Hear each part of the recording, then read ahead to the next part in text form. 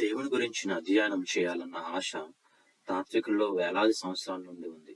అందుకు కొందరు కూర్చొని ధ్యానం చేస్తూ నిత్యుడైన వ్యక్తిని గురించి ఆలోచించడానికి ప్రయత్నం చేశారు. కానీ దేవుని గురించిన నిజమైన జ్ఞానము బైబిల్ నుండి మాత్రమే మనం తెలుసుకోగలం. యోహాను సువార్త 1 అధ్యాయం 18 ప్రకారం, ఎవడునూ ఎప్పుడైనను దేవుని చూడలేదు, తండ్రి రొమ్మునున్న అద్వితీయ కుమారుడే ఆయనను బయలుపరచెను. 1 యోహాను 4:12 ప్రకారము, ఏ మానవుడు దేవుని ఎప్పుడునూ చూచి ఉండలేదు. నిర్గమకాండం 33:20 ప్రకారం దేవుడు మోషేతో మాట్లాడుతూ, ఏ నరుడును నన్ను చూచి బ్రతకడు అని చెప్పాడు. నేను నా చెయ్యి తీసిన తర్వాత నా వెనుక పార్శ్వమును చూచెదవు గాని నా ముఖము నీకు కనబడదు అని దేవుడు మోషేతో ఆనాడు చెప్పాడు. మోషే దేవునితో మాట్లాడాడు. ఆయన ఒక పార్శ్వాన్ని చూశాడే గాని దేవుని ముఖాన్ని మోషే చూడలేదు.